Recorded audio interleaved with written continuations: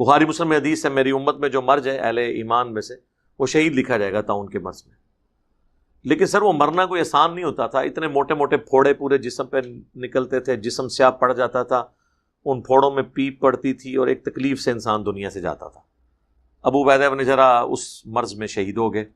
اب ظاہر ہے کہ اس کے بعد نیا گورنر چننا تھا تو کوئی what's app message, phone call, کوئی موبائل فون تو نہیں تھا جناب. آلموسٹ کچھ 40 دن کی مسافت ہے مدینہ شریف اور شام کی.